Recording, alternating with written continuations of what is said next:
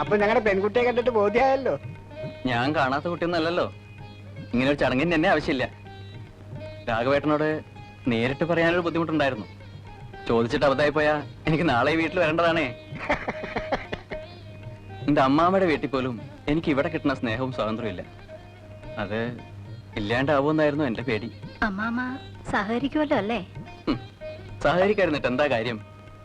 ഞാൻ അമ്മാമ്മയുടെ വീട്ടിലെ പണിക്കാരനായി നിന്നിരുന്നെങ്കിൽ ഇന്നും എന്നോട് സ്നേഹം ഉണ്ടായേനെ. എന്നെ ചീത്ത പറഞ്ഞ് ഈ നാട്ടിൽ നിന്ന് ഓടിച്ചത് ഈ രാഘവേട്ടനാ. പിന്നെ കോളേജിലൊക്കെ പോയ ഒരു ആൺകുട്ടി സ്വന്തം വഴി നോക്കാണ്ട് അമ്മാമ്മയുടെ വീട്ടിലെ കന്നിനെ നോക്കി നടന്ന ചീത്ത പറയാണ്ടിരിക്കണ എങ്ങനെയാ? ഇക്കാര്യം അമ്മാമ്മയോട് പറഞ്ഞോ? ഇല്ല, അടുത്ത വരവിന് പറയാം. എന്നിട്ട് ഞാൻ അമ്മാമയെ ഇങ്ങോട്ട് അയക്കാം.